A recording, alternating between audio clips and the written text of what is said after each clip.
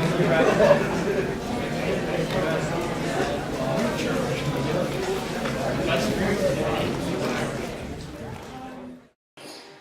guys, it's Lee here from Paramount Fitness along with strength conditioning coach Dan Thorpe. Afternoon. We're now going to bring to you a weekly series where we're going to hopefully share some knowledge with you, give you some tips as well to keep you on track with your health and fitness goals in 2014. So today we're going to have a bit of a chat about some of the common mistakes that people can make in 2014 when trying to achieve fat loss results. So basically, we're just going to chat, alright?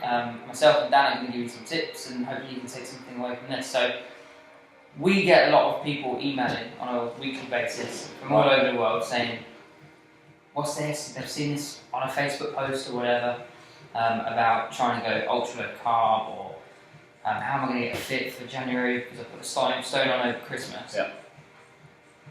What would you say are the 5 most common mistakes people make? Well, not necessarily 5, but let's work around 5 common mistakes people make in January, especially after Christmas when trying to lose fat. January, yes, but probably consistently over a year as well. This is just a common one, full stop. People try and go low calorie. Alright. Okay, so there's the very obvious ones, like some of those more famous weight loss programs. Okay, they straight away put people onto very low calories. Initially, yes, people might get a bit of a drop after, say, 3 weeks. Yeah. Well, what would you say that was mainly, like water? Yeah, water, maybe a little. I would say 80% of the weight loss over the first 3 weeks will come from muscle. Okay, so you might be a little bit lighter, but in simple terms, you're no less fat. See what I mean? Yeah. Okay. So you're becoming a skinnier fat person. Yeah. Okay, and that's just one of the pitfalls from going that way. Okay, you're missing out on you're putting yourself far too under calories and undernourished. So when you're talking calories, I mean we've talked about it with like the members that train here, but when you're talking calories, are you going for a ballpark figure? Is it like a golden zone you're trying to aim for fat loss? For fat loss, there is definitely a golden zone, but that golden zone is very specific to each person. Okay, there are loads of calculators out there which would give you an estimated metabolic calculation of how many calories you should be consuming per day. Yeah. But they don't really mean that much if you're nowhere near that already. Yeah. Okay. If you eat drastically under calories, let's say you've been put on 1,000 calories per day, but the equation brings you up at needing to eat 2,000 calories per day, you jump straight to that, there's going to be problems. Right. Which is why I was going to say, so if you've got, let's say Margaret comes in and Margaret says, hey Dan, I've been told to go ultra low, but not ultra low, but I've been told to go low calorie, okay, low calorie this is. What are the pitfalls, what are the negatives of following a low calorie diet? Well, low calorie diet, it could possibly be nutrient deficiencies. Okay, you're so basically the body not getting enough of what it needs. Yeah, so with that you get a drop in your metabolic rate. Okay, drop in metabolic rate, that means your mood's going to significantly alter. Okay, you're going to be very hungry, you're going to get in at night, and food choices will be a lot tougher because you're in a different mindset when you're hungry. Yeah. Drastically different mindset when you're hungry. Things like very low calorie diets don't really recommend the correct balance of macronutrients as well, so proteins, fats and carbohydrates. A lot of the time, the balance, especially in a Western style diet, is very carb dense. Okay. Lots of breads, pastas, rice, potatoes. Yeah, exactly. So you're going to, again, if you're missing out on high amounts of, or adequate amounts of protein and healthy fats, and your vegetables and fibre sources, again, your uptake of quality minerals and just nutrients all around is down. Yeah. Definitely. Okay, so let's nip this in the bud then. So let's say our first problem is that most people go low calorie post Christmas or any time of year when trying to lose fat. Yeah. What would you say the fix is? Right, now it depends if you've been eating like that for a consistent amount of time. Okay, so the history before. Okay, people will have experienced this a lot.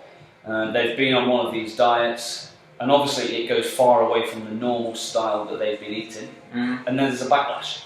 They come back to normal style of eating, and the repercussions, because the metabolic rate has dropped so low, when you add in those foods, you get a massive backlash, which is a very easy way to gain a lot of fat very quickly. Okay, so the fix on that, if you have been eating on a very low calorie style diet, is to don't jump it up drastically, reverse it nice and steady. Okay, so you want to start switching your food sources, focus on health, focus on lots of vegetables, especially cruciferous vegetables, high fibre vegetables. Okay, your broccoli, your cauliflower, if you like it, anything like that. So high greens, a lot of colours, even in your salads, things like that. Okay, you can still have your starchy vegetables in there. Okay, timing plays a key, but things like sweet potatoes and potatoes are still a healthy source of vegetables. Good fruits, definitely things like berries, things like that, and just start to slowly build up your calories over the weeks. Okay. Very slow. Okay, that's good. So let's say that's the first. I would personally say that's probably the most common. Yeah. That people go low calorie because they think low calorie. If I'm eating less, I'm going to get smaller. Yeah. Okay. What would you say the second most common problem is when it comes to someone trying to lose fat at any time of year? But we're looking at January because that's where we are. So what would you say? It's probably something people expecting rapid results, trying to do things very, very quickly.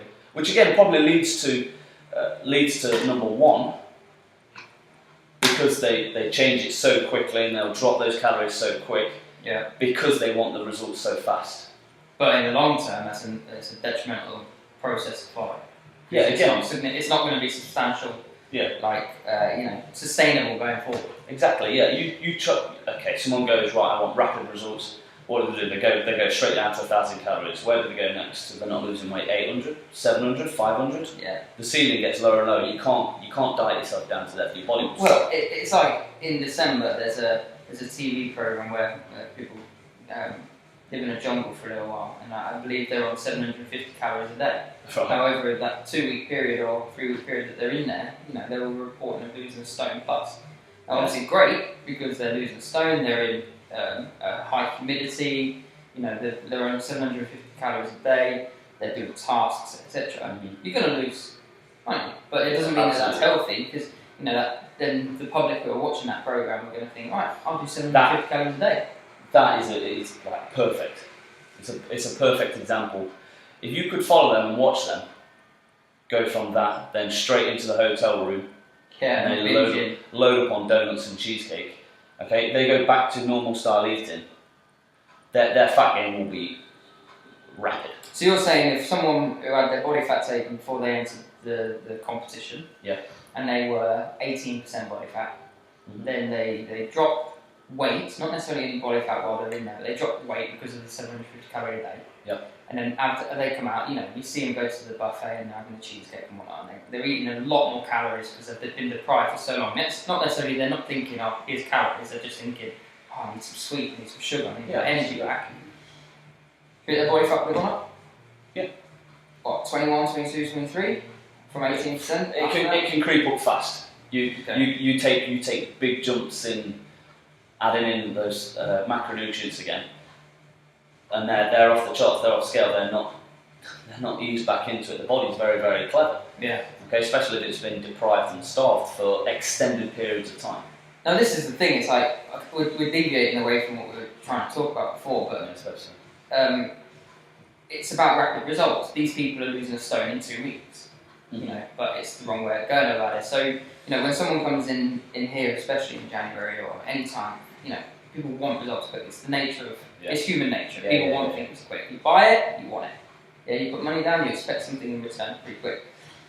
What is a realistic time frame for someone to, or what sort of sustainable process should we be looking at if you're looking at fat loss, or is that kind of question at straw for an answer? To be honest, I don't. I think if you've got a date, let's say you've got to hit the stage, you've got 16 So like weeks, competition. yeah, or you're a fighter, Yeah. and you've got to make weight, then you do have to set a time frame, okay, a quite specific one, okay, and certain tactics might have to be used. Mm-hmm. All right. If you're looking at consistent fat loss, getting down into a lean, sustainable position, you've got to enjoy the journey, if I'm honest, and you've got to make that journey livable, and you've got to make it sustainable. So that time frame should be just roll over, okay, and enjoy becoming habitual. Yeah, exactly. Creating habits. Slide into a lean body at a nice at your speed, at your pace. Yes, you want to be held slightly accountable, because if you fall off the rails too often, then it's never going to happen. No. But expect that fat loss is a non-linear journey, and not to get too frustrated with it. So the key for when you're getting yourself some results in the new year, at any time of year, is to be slow and not necessarily slow and steady, but steady. Steady. I would say so. Yeah, I'd say right. Slow and steady. At the end of the day, it will win the race. Okay, because then you don't have you're not. It's something you can take forward in your lifestyle, isn't it? It's not like going, okay, for 12 weeks I'm really going to diet, I'm going to smash out. Yes, okay, if you're going to go on stage, or if you've got an event like a wedding or a holiday that you want to go for, but for general health, you're looking at stuff that you can add into your lifestyle that's consistently achievable. Yeah. Long-term leanness and long-term health has to fit quite closely with your lifestyle. It is integrated, and they do correlate. Okay, if one thing takes you too far away from your norm, at some point you're going to get snapped back. Okay, and that's where problems arise. So I'd probably just add to that if we've gathered that the second most common problem is going to be trying to do things too fast. I would set yourself a couple of goals.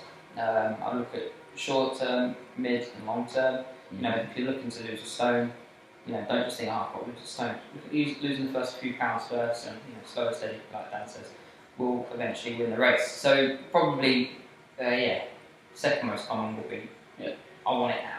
Yeah, it comes into mindset, knowing what's achievable and knowing what's realistic, but being absolutely stubborn in your goal and knowing what you want. Yeah. And don't get told that you can't. Yeah. You've got to surround yourself with the positive people, okay? And that makes a massive difference. People that deviate you from your goal, just slow that down. Cut them off. Yeah. Cut them off. Okay. I got an email from a lady in Australia the other day, actually, who's doing one of my online programs at the minute, and she turned around to me, and I can't remember what she said. She said that she'd read there's too much cardio detrimental to fat loss. And I thought, that's quite a good one, because when you go to the gym in January, you go past big health chains, and everyone's pounding the treadmills, everyone's on the cross trainers. What's your thought? Too much cardio can keep you fat, can help you lose fat, can make you fat. The fitness industry tends to swing like a pendulum from one side or the other. Okay, one side, cardio, running was the thing. That was what everyone did. Yeah. Okay. It's strange to say that. I was driving to the studio the other day, and I seen so many people hitting the streets running. And December's cold, January's cold, but months before, you don't see that amount of people on the streets running. You see a significant increase of people hitting the pavement in January. Yeah, well, it's one of the. It coincides with a lot of people's New Year's resolutions. They stick it in there as right, I'm going to go for a jog. I do think it has its place. It does have its place within fitness. Like what would you say? Go on. everything's swung over now to doing sprints, Yeah. high intensity interval training, and again that has its place. And I don't think it's a complete clear-cut answer, because obviously slow, steady cardio plays a massive role when you go into things like sports, your overall health, and just your long-term goals as you go forward. Is it the fastest route to fat loss? Absolutely not. Okay, it makes you very efficient at burning fat, making it slow. Okay, which is why everyone jumps on the high intensity bandwagon. So yeah, don't think you're going to hit the road, you're going to end up doing 10 miles a week, and fat's just going to strip off you. A lot of the time, muscle will be your thing that will drop off. Especially if you're adding it to common mistake number 1, number 2, like calorie. A simple thing is, yes, use it wisely, use it to relax, use it to benefit your other training. If you want to be a good runner, then go out and run. If you want to be a good cyclist, go out and cycle, and make it specific to your distances. Simple thing to basically fix that, throw in weight training.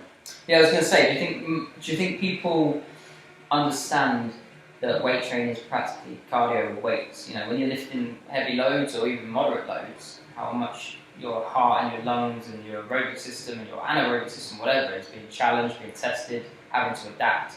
I think people underestimate that, don't they? And they think that you're only doing cardio if you're doing a cardio exercise. Mm-hmm. Yeah, well, yeah, if you simply want your heart and lungs to work and you want to get the blood pumping, it's going to do it when you lift weights. Yeah. Yeah. Whether you lift resistance style weights, whether you do bodybuilding style training, whether you do some more strength conditioning based or power work, whatever you do, you're going to get an effect. You're going to get an aerobic effect. It's going to jump in there. The different systems. It's not black and white. You don't hit this system, that system, that system. They interchange and they help you throughout your sport, throughout your lifting. So remember, each one plays a part in a well-balanced program. But if your target is fat loss, do what's good at fat loss. Yeah. If running was the best way to do fat, or to burn fat or mobilise fat and get burning it, then we'd have a studio full of treadmills. Yeah. Or we take people out running. Yeah, we don't have one cardio piece of equipment in the whole place. Like I say, it plays a part. Lifting it up and throw it around a little bit. Throw some weights around a little bit. Okay. The only thing I'd add to that is that with these New Year's resolutions, you see a lot more people like hitting the street and whatnot. Yep.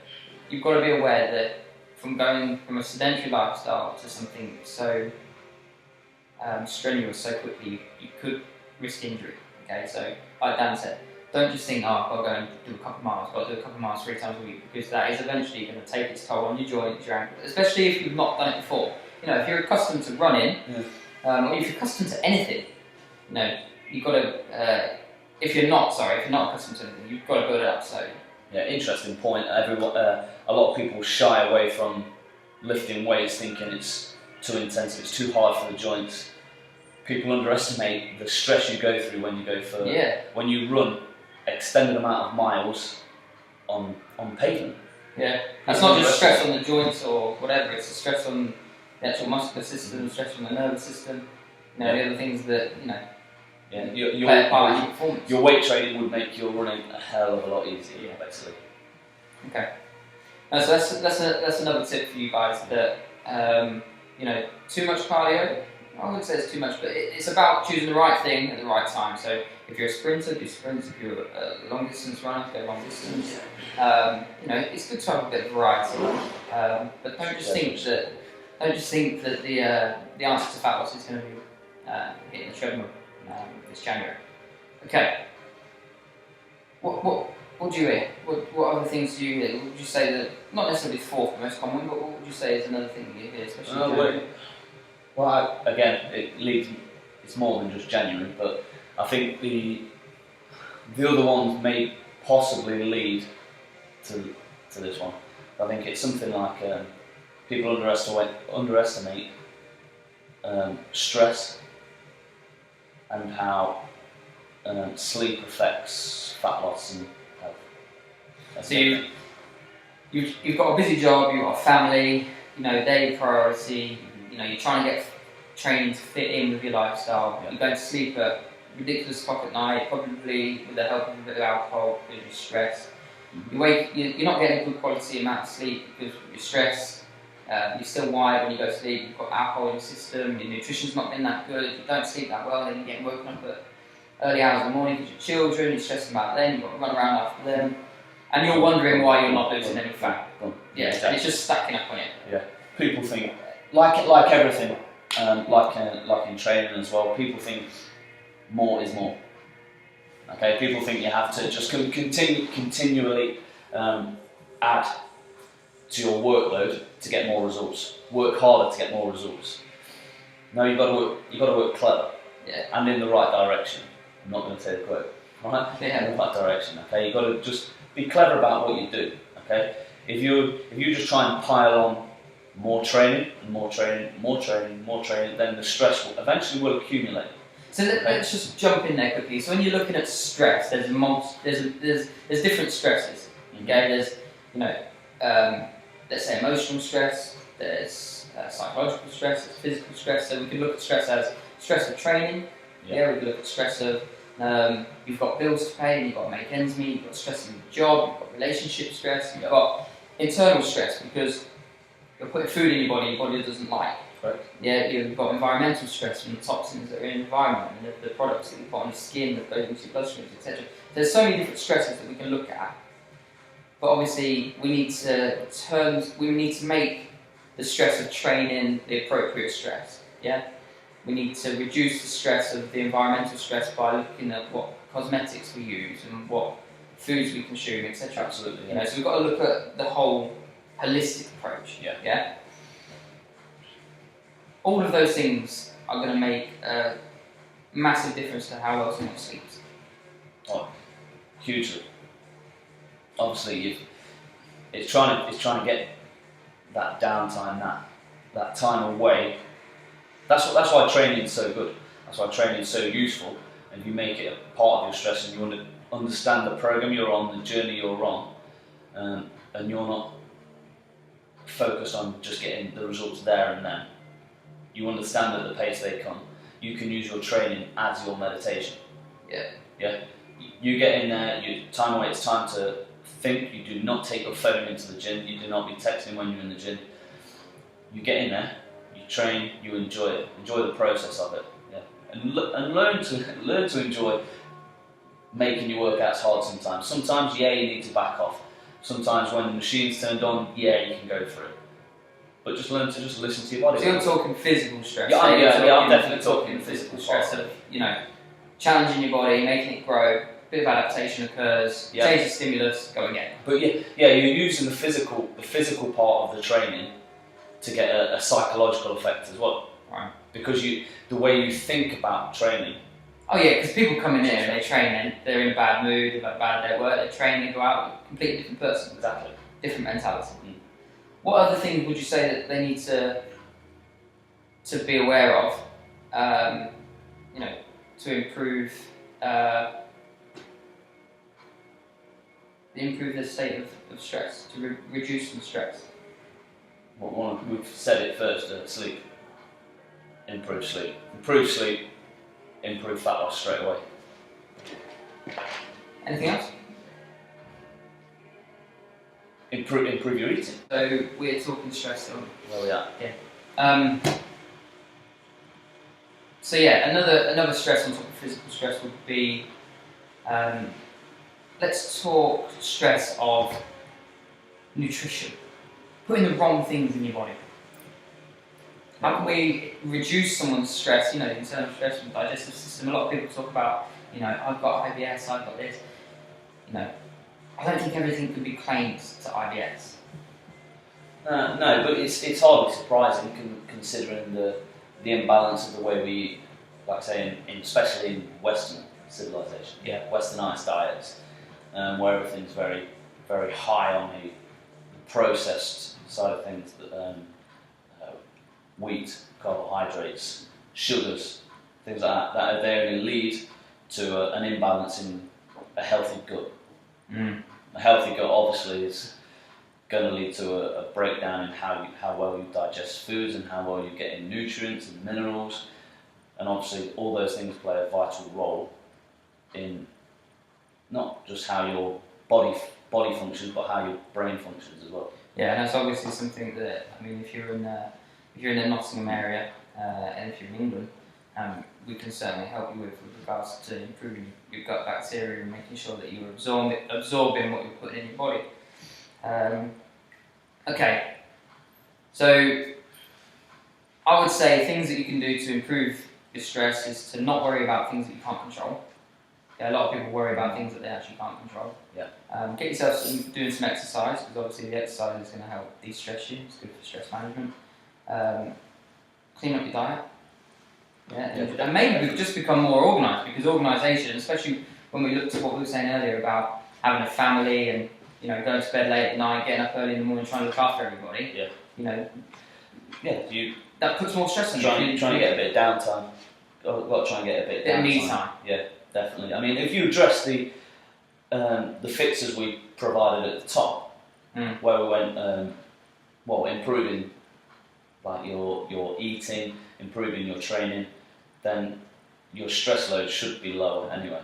Yeah. And then like you say, looking at just improving health via proper foods will improve your gut health. Yeah, improve your energy, it makes you more productive. Because I mean, stress levels and brain chemistry, they all come down to like minerals and nutrients and things like that. So if you get in proper nutrients via all your fruits and vegetables, and then obviously there is certain things you can use, like obviously people talk about mineral deficiency.